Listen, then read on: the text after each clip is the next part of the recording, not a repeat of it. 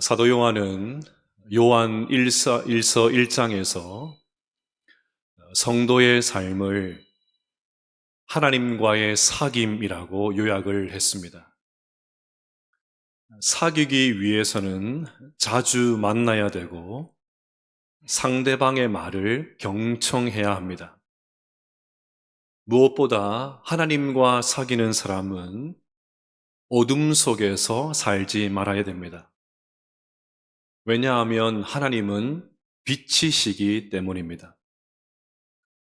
어둠의 일을 중단하지 않고 계속 그것을 즐기고 탐닉하면서 나는 하나님과 사귀고 있다 말하는 것은 거짓말입니다. 언제나 죄가 문제입니다. 죄가 하나님과 우리 사이를 갈라놓습니다. 하나님과 우리 사이를 멀게 하는 것은 죄입니다. 이사야 59장 1절과 2절입니다. 여호와의 손이 짧아 구원하지 못하심도 아니요 귀가 둔하여 듣지 못하심도 아니라 오직 너희 죄악이 너희 하나님 사이를 갈라놓았고 너희 죄가 그의 얼굴을 가리어서 너희에게서 듣지 않으시게 함이니라. 우리가 아무리 기도해도 심지어 금식하면서 간절하게 기도해도 기도가 응답받지 않는 중요한 이유 또한 죄입니다. 많은 기도와 눈물로 기도한다고 해도 우리의 기도가 하나님께 상달되지 않는 이유는 우리가 쉽게, 안일하게, 태연하게, 버젓이, 반복적으로 아무렇지도 않게 짓는 죄, 그런데도 여전히 회개하지 않는 죄 때문에 우리의 기도가 응답받지를 않습니다. 시편 66편 18절입니다. 내가 나의 마음에 죄악을 품었더라면 주께서 듣지 아니하시리라. 그래서 우리는 만일 우리가 죄 없다고 말하면, 만일 우리가 범죄하지 아니하였다 하면 이렇게 말해서는 안 됩니다. 오히려 만일 우리가 우리 죄를 자백하면, 우리의 죄를 인정하고 하나님 앞에 솔직하게 우리의 죄를 자백해야 됩니다. 그러면 미쁘시고 의로우신 하나님께서 우리를 용서해 주십니다. 요한복음 13장을 보면 예수님께서 제자들의 발을 씻기시는 장면이 나옵니다. 예수님께서 갑자기 허리에 수건을 두르시고 대야에 물을 떠서는 제자들의 발을 씻기려고 하십니다. 그러자 베드로가 당황하면서 이렇게 말합니다. 주여, 주께서 내 발을 씻으시나이까? 제자인 제가 스승인 주님의 발을 씻겨야 되는데 왜 이러십니까? 화들짝 놀란 베드로가 예수님을 제지합니다. 그러자 주님께서 내가 너를 씻어주지 아니하면 네가 나와 상관이 없느니라 하십니다. 그러자 더 당황한 베드로가 주여, 내 발뿐만 아니라 손과 머리도 씻어주옵소서. 역시나 베드로답게 몸까지 씻어달라고 합니다. 이때 예수님께서 매우 중요한 말씀을 하십니다. 요한복음 13장 10절 말씀을 같이 한번 읽어보겠습니다. 시작. 예수께서 이르시되 이미 목욕한 자는 발밖에 씻을 필요가 없느니라. 온몸이 깨끗하니라. 너희가 깨끗하나 다는 아니니라. 이미 목욕한 자는 우리와 같이 이미 구원받은 하나님의 백성들을 의미합니다. 한번 구원받은 사람은 또다시 구원받을 필요가 없습니다. 예수님께서 십자가에서 우리의 모든 죄를 단번에 해결해 주셨기 때문에 우리의 구원은 취소되지가 않습니다. 지금 당장 세상을 떠나도 우리는 천국에 입성하게 됩니다. 우리는 이미 목욕한 자들이라는 사실을 믿으시기를 바랍니다. 하지만 발은 자주 씻어야 됩니다. 우리는 하나님의 은혜로 주님의 십자가 사랑으로 구원받은 하나님의 자녀가 되었지만 연약한 우리는 여전히 죄를 짓습니다. 그래서 발을 자주 씻어야 됩니다. 자백을 통해서 씻겨주시는 주님의 은혜, 용서의 은혜를 매일같이 경험해야 됩니다.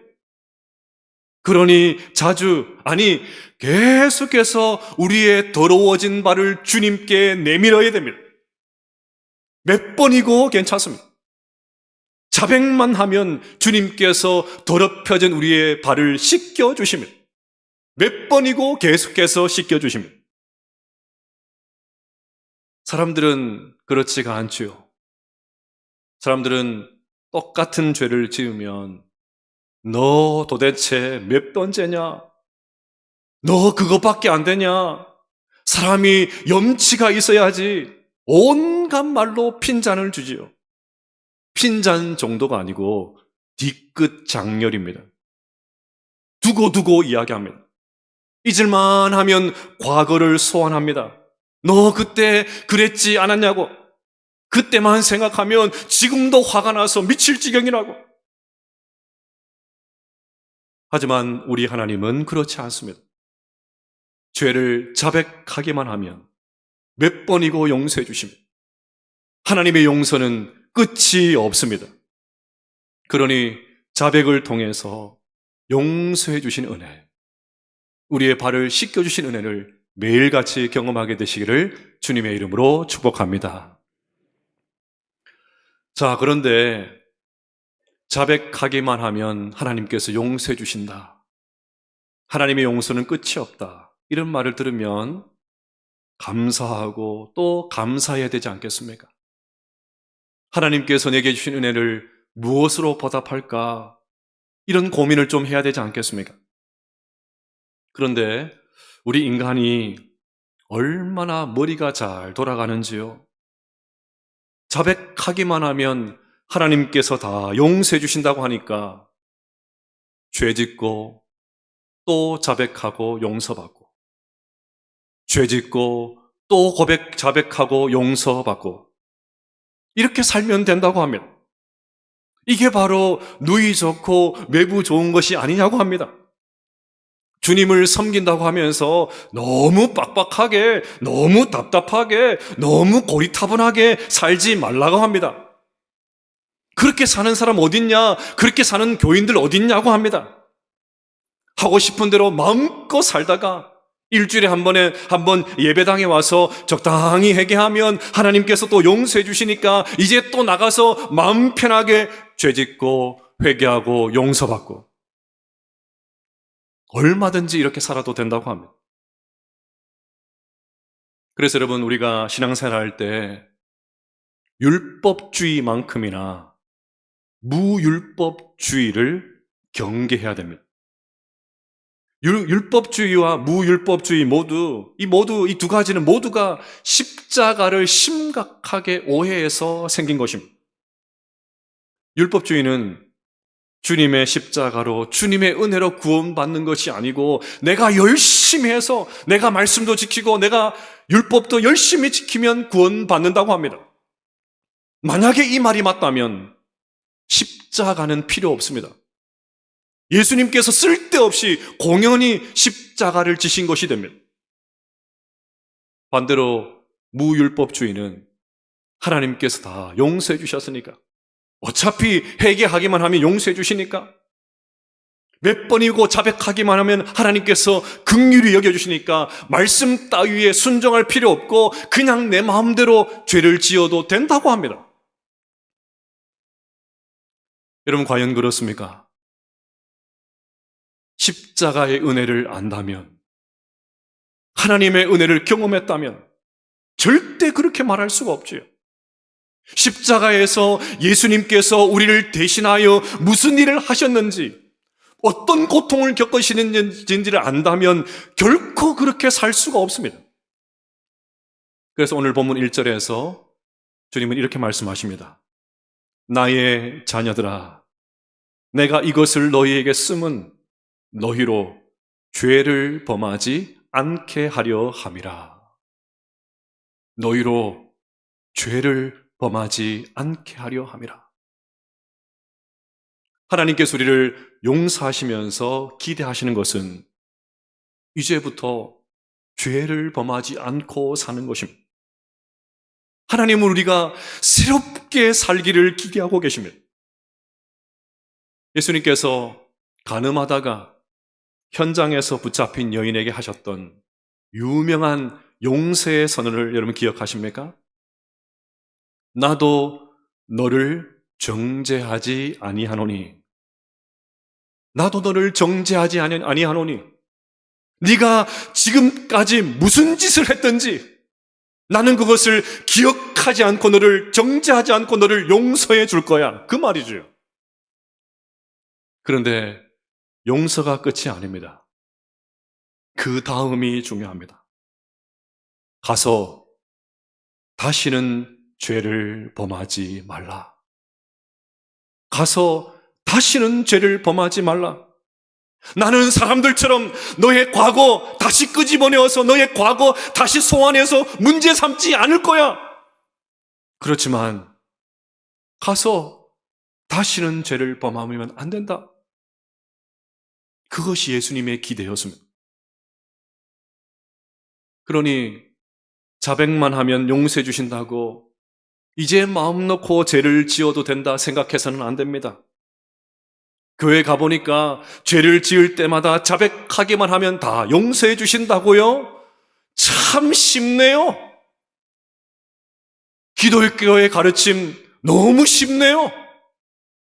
자백만 하면, 회개만 하면 다 용서해 주신다고요? 진짜 쉽네요. 그렇게 생각하고는 마음대로 살아서는 안 됩니다. 십자가 사랑을 안다면, 용서해 주시는 주님의 은혜를 정말 안다면 죄를 짓지 않기 위해서 노력을 해야 됩니다. 십자가에 제대로 부딪힌 사람은 그냥 머리만 아는 것이 아니고 오랫동안 신앙생활 해왔기 때문에 그저 아는 것이 아니고 정말 십자가에 부딪혀 본 사람은 죄를 청산하기 위해서 부단히 애를 써야 됩니다.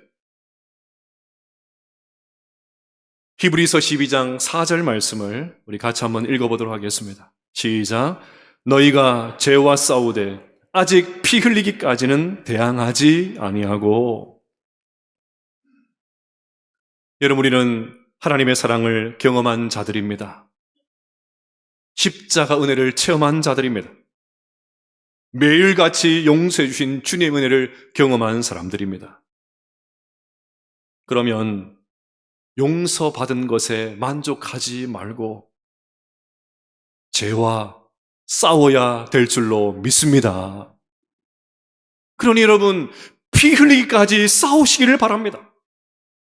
다른 것과 싸우지 말고 제발 부부끼리 싸우지 마시고 자식들하고 싸우지 마시고 성도들하고 싸우지 마시고 죄와 싸우시기를 바랍니다.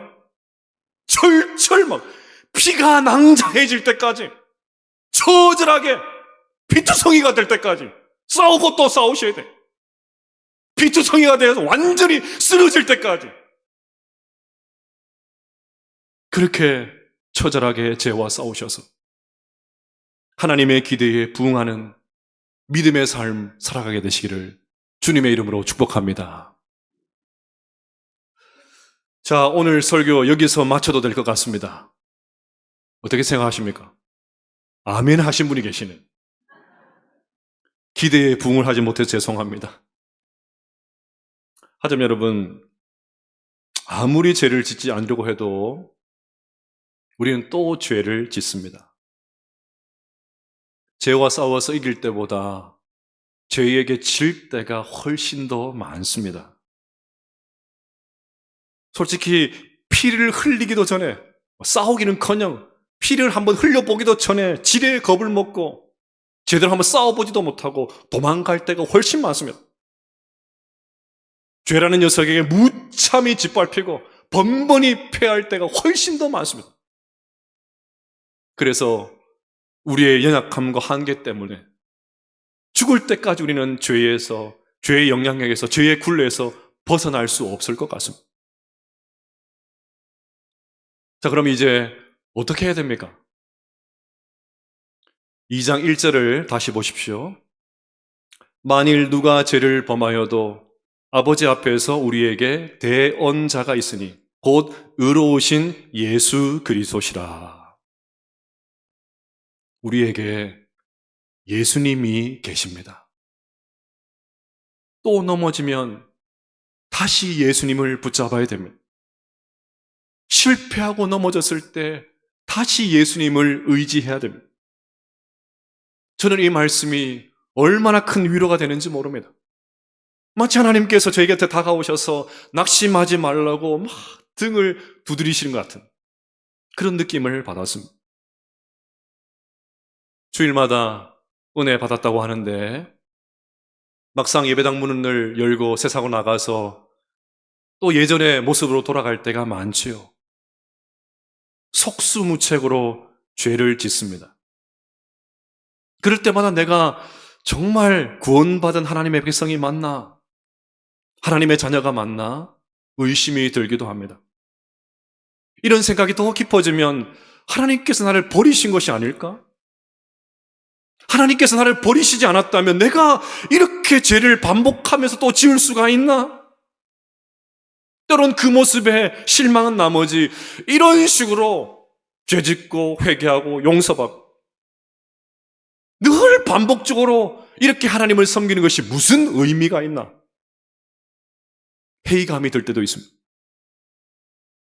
만약에 그렇다면 오늘 말씀을 잘 들어야 됩니다. 오늘 본문 1절을 다시 보십시오. 나의 자녀들아, 나의 자녀들아. 아주 친밀한 표현이죠.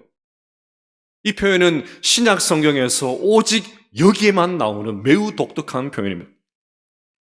전 이 구절을 보면서 상반적인 두 가지 주님의 음성이 들리는 것 같습니다. 먼저는 회개하기만 하면 된다. 어떻게 살든 회개하기만 하면 된다고 하면서 마음대로 살려는 사람들을 향하여 우리 주님께서 매우 엄하게 책망하시면서 얘들아! 내 아들아, 내 딸들아! 그렇게 살면 안 돼! 이제 용서받은 자로 새롭게 살거라. 매우 엄하게 책망하시는 주님의 음성으로 들리는 것 같습니다. 그런데 두 번째가 중요합니다. 두 번째는 정반대로 늘 넘어지는 우리에게 죄 짓지 않으려고 노력하지만 또다시 죄를 짓는 우리에게 하나님께서 찾아오셔서 괜찮다고 타이르시는 음성처럼 들립니다. 그래도 너희들 내 자녀들이야. 넘어져도 나는 너희를 절대 포기하지 않아. 너희들 얼마든지 다시 일어설 수 있어. 너희들에게 예수님이 계시잖아. 그러니 제발 낙심하지 말거라. 다시 예수를 붙들거라. 그러면 다시 일어설 수 있어. 자, 그러면 결론적으로 한번 생각해 보겠습니다. 예수님께서 어떤 분이시길래 반복적으로 죄로 넘어질 때에도 우리는 다시 소망을 가질 수 있을까요? 첫째로 예수님은 우리에게 변호사입니다. 어떤 분이시라고요? 변호사가 되십니다. 1절을 보겠습니다. 우리에게 대언자가 있으니 곧 의로우신 예수 그리스도시라. 예수님을 대언자라고 했는데 번역이 조금 아쉽습니다. 변호사, 변호인이라고 번역하면 더 좋을 것 같습니다. 여러분 혹시 소송을 당하거나 법적 문제에 휘말린 적이 있으십니까? 꼭 그런 경험이 없다고 해도 만약에 우리가 그런 일을 당하면 너무 당황한 나머지 제일 먼저 변호사를 선임하겠지요. 만약에 내가 선임한 그 변호사가 마치 자기 일처럼 최선을 다해서 변호를 해준다면 얼마나 안심이 되겠습니까? 예수님께서 우리에게 그런 좋은 변호사가 되어주신다고 합니다. 요한계시록 12장 10절을 보겠습니다. 우리 형제들을 참소하던 자, 곧 우리 하나님 앞에서 밤낮 참소하던 자가 쫓겨났고. 이 구절은 하늘 법정을 생각하면 이해가 쉽습니다. 하나님께서 재판장이 되셔서 중앙에 앉아 계십니다. 그때 갑자기 사탄이 나타나서 성도들을 헐뜯고 고소하고 고발하고 비방하기를 시작합니다. 앞서 구원받은 우리도 성도도 여전히 죄를 짓는다고 했지요. 사탄이 고소하는 이유가 바로 거기에 있습니다. 사탄이 마치 검사처럼 하나님께 고소를 시작합니다. 높으신 재판장이신 하나님이여, 당신의 자녀라고 하는 저 인간을 한번 보십시오. 하나님의 자녀가 되었다고, 그리스도인이 되었다고, 성도가 되었다고 하는데 하고 다니는 저 꼬락서니를 한번 보십시오. 도대체 몇 번째인지 모릅니다. 얼마나 죄를 쉽게 반복적으로 짓는지 모릅니다. 저런 인간을 하나님의 백성이라고 할 수 있습니까? 제가 볼 때 저렇게 이중적인 인간을 하나님의 자녀로 삼는 것은 부당하다고 생각합니다. 하나님의 얼굴에 먹칠하는 인간입니다. 오늘부터 끊으십시오. 사탄의 참소는 여기서 끝나지 않습니다. 사탄은 죄를 짓는 우리에게 죄책감을 불어넣습니다. 네가 그러고도 하나님의 자녀라고 할 수 있어? 너 그러고도 신자야? 너 목사 맞아? 너 권사 맞아? 집사 맞아? 장로 맞아? 사람이 염치가 있어야지 매일같이 똑같은 죄를 짓고 용서해달라는 말이 나오냐? 그렇게 이중적으로 살 것 같으면 차라리 교회를 안 나오는 것이 어때? 내가 지금 없는 이야기 지어서 하는 것 아니잖아? 하나님께서 너를 용서해 주실 것 같아? 너는 이제 끝이야. 너 같은 인간 아무리 회개해도 하나님 용서해 주시지 않아. 사탄은 우리의 죄를 딱 물고서 집요하게 하나님과 우리 사이를 의심하게 만듭니다. 여러분, 이런 사탄의 속삭임에 넘어가면 안 됩니다. 사탄이 우리를 넘어뜨리려고 할 때 계속해서 정죄하고 죄책감을 불어넣을 때 오늘 1절 말씀을 붙들어야 됩니다. 만일 누가 죄를 범하여도 아버지 앞에서 우리에게 대언자가 있으니 곧 의로우신 예수 그리스도시라. 사탄의 참소가 시작되고 고발이 시작되면 바로 그때 변호사이신 예수님의 변론이 시작합니다. 재판장이신 하나님, 잠깐만 제 말을 들어보십시오. 판결을 내리기 전에 잠깐만 제 말을 들어보십시오. 지금 사탄이 고소하고 있는, 고발하고 있는, 비방하고 있는 저 사람을 위해서 제가 진 십자가를 잊으셨습니까? 제가 저 사람의 죄를 대신하여 십자가에서 보배로운 피를 흘렸지 않습니까? 그러니 저 사람은 누가 뭐라고 해도 하나님의 자녀입니다. 당신의 백성입니다. 제가 보증합니다. 주님의 변론이 시작합니다. 여러분, 오늘 말씀, 내가 이것을 쓰면 너희로 죄를 범하지 않게 하려 함이라. 그리고 예수님의 말씀, 가서 다시는 죄를 범하지 말라. 이 말씀대로 죄를 짓지 않아야 되지만 또 우리는 실수하고 연약해서 넘어질 수가 있습니다. 아니, 당연하게 넘어질 것입니다. 하지만 그때마다 대언자, 변호사이신 예수님이 있다는 것을 기억하시기를 바랍니다. 예수님 우리의 변호사이십니다. 그러니 사탄이 죄책감을 불어넣을 때마다 어린 양의 보혈을 붙드시기를 바랍니다. 사탄이 정죄할 때마다 예수님의 피 묻은 십자가를 바라보게 되시기를 바랍니다. 사탄이 속삭일 때마다, 정죄할 때마다 이렇게 찬양하십시오. 금이나 은같이 없어질 보배로 속죄함 받은 것 아니요. 거룩한 하나님 어린 양 예수의 그 피로 속죄함 얻었네. 우리의 변호사가 되시는 예수님을 의지하고 다시 회개하고 회복되어서 죄와 싸워 이길 수 있는 우리 모든 성도들 다 되시기를 주님의 이름으로 축복합니다. 둘째로 예수님은 우리의 화목제물이십니다. 뭐라고요? 화목제물이십니다. 2절입니다. 그는 우리 죄를 위한 화목제물이니 우리만 위할 뿐 아니요 온 세상의 죄를 위하심이라.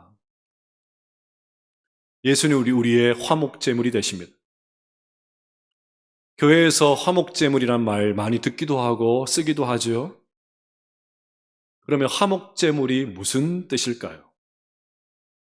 오늘 이 단어가 나왔으니까 이 화목제물을 좀 정리할 필요가 있습니다. 조금 복잡하고 어렵게 느껴질 수 있지만 화목제물만큼이나 은혜로운 단어가 없습니다. 이 화목제물이라는 표현은 하나님께서 화를 내고 계신다. 하나님의 진노라, 하나님의 진노, 하나님께서 진노하고 계신다는 의미를 담고 있습니다. 그럼 왜 하나님께서 화를 내실까요? 우리가 짓는 죄 때문이지요. 요즘은 교회 안에서 사랑의 하나님과 같은 따뜻한 이미지의 하나님을 선호하기 때문에 진노하신 하나님을 낯설게 생각합니다. 아니, 더 정확하게 표현하면 진노하신 하나님, 심판하신 하나님을 좋아하지 않습니다. 늘 하나님은 우리를 이해하고 적당히 좀 눈 감아 주시기를 기대하죠. 하지만 여러분, 우리가 우리 자녀들 마음에 안 드는 행동을 하면 부모인 우리도 쉽게 화를 내지 않습니까? 뭔가 일이 제대로 풀리지 않으면 막 짜증을 부리지 않습니까? 그런데 왜 하나님은 화를 내시면 안 됩니까? 우리는 그렇게 쉽게 화를 내면서 하나님은 끝까지 참으셔야 한다 말이 되지 않습니다. 하나님도 얼마든지 화를 내실 수가 있습니다. 아니, 솔직하게 말해서 늘 반복적으로 넘어지는 우리를 보면서 하나님께서 얼마나 답답하시고 얼마나 화가 나시겠습니까? 자, 그런데 하나님이 화를 푸신다. 이 개념은 고대의 이교도의 문화에서 흔히 볼 수 있는 것이었습니다. 신의 노여움을 풀기 위해서 장자를 바치거나 여자를 바치거나 여자 중에서 처녀를 바쳤더니 신이 진노를 풀었다. 뭐 그런 이야기를 들어보셨죠? 얼마나 거북한 이야기입니까? 신이 얼마나 화가 났는지 모르겠지만 신의 진노를 풀기 위해서 사람을 제물로 바치다니, 그래도 심판당하는 것이 두려워서 고대 사람들은 사람을 제물로 바쳐서 신의 노여움을 달래려고 했지 않습니까? 같은 맥락에서 제물을 바쳐서 하나님의 진노를 푼다, 이 말을 거북하게 생각하는 사람들이 있습니다. 하지만 고대 사람들이 달래주려고 했던 그 이방신과 우리가 섬기는 하나님이 결정적으로 다른 점이 있습니다. 여러분, 신의 노여움을 달래기 위한 제물, 그 제물 누가 제공했습니까? 이것이 중요합니다. 하나님은 우리가 밤낮 짓는 죄가 너무 화가 난 나머지, 우리의 모습을 보고 너무 화가 난 나머지 당신의 노여움을 풀기 위해서 너희들이 필요하다, 그렇게 하지 않으셨습니다. 여러분, 어떻게 죄를 지은 사람이 제물을 드려야 되는 것 아닙니까? 죄를 지은 사람이 어떻게든지 이 문제를 해결하기 위해서 막 동분서주하고 노력하고 애를 써야 되는 건 아닙니까? 맞다고 좀 해보세요. 맞잖아요. 죄를 지은 사람이 죄를 해결하기 위해서 노력하고 막 조바심 내고 어떡하나 그래야 되지 않습니까? 그런데 놀랍게도 하나님은 우리가 지은 죄를 자신이 직접 해결해 주셨습니다. 우리는 태평스럽게 아무 문제가 없는 것처럼 그렇게 있는데 하나님께서 우리 인간이 지은 죄를, 우리 인간이 죄를 지은 죄, 그 노여움을 풀기 위해서 예수 그리스도를 우리 가운데 제공해 주셨습니다. 여러분, 세상 어느 종교에도 자신의 진노를 풀기 위해서 제물이 된 신은 없습니다. 신의 노여움을 풀기 위해서 직접 제물을 제공한 신 없습니다. 예수님께서 인간의 몸을 입고 이 땅에 오셔서 우리의 죄를 대신하여 고난당하시고 십자가에 죽으심으로 하나님의 모든 진노를 다 풀어주셨습니다. 예수님께서 제물이 되어주심으로 하나님과 우리 사이가 화목하게 되었습니다. 그렇게 예수님께서 우리의 화목 제물이 되어주셨기 때문에 예수님이 우리의 대언자, 변호사가 되시기에 충분한 줄로 믿습니다. 사랑하는 여러분, 우리의 변호사가 되시고 화목 제물이 되신 예수님으로 인해서 하나님, 우리가 아무리 많은 죄를 지어도 용서해 주십니다.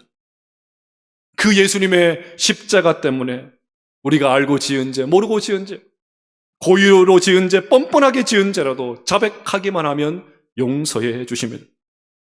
사탄이 하나님 앞에서 계속해서 우리를 참소하지만, 사탄이 죄를 지을 때마다 계속해서 우리를 정죄하지만, 우리의 변호사가 되시고 화목 제물이 되어주신 예수님을 붙들고 다시 일어서게 되시기를 주님의 이름으로 축복합니다.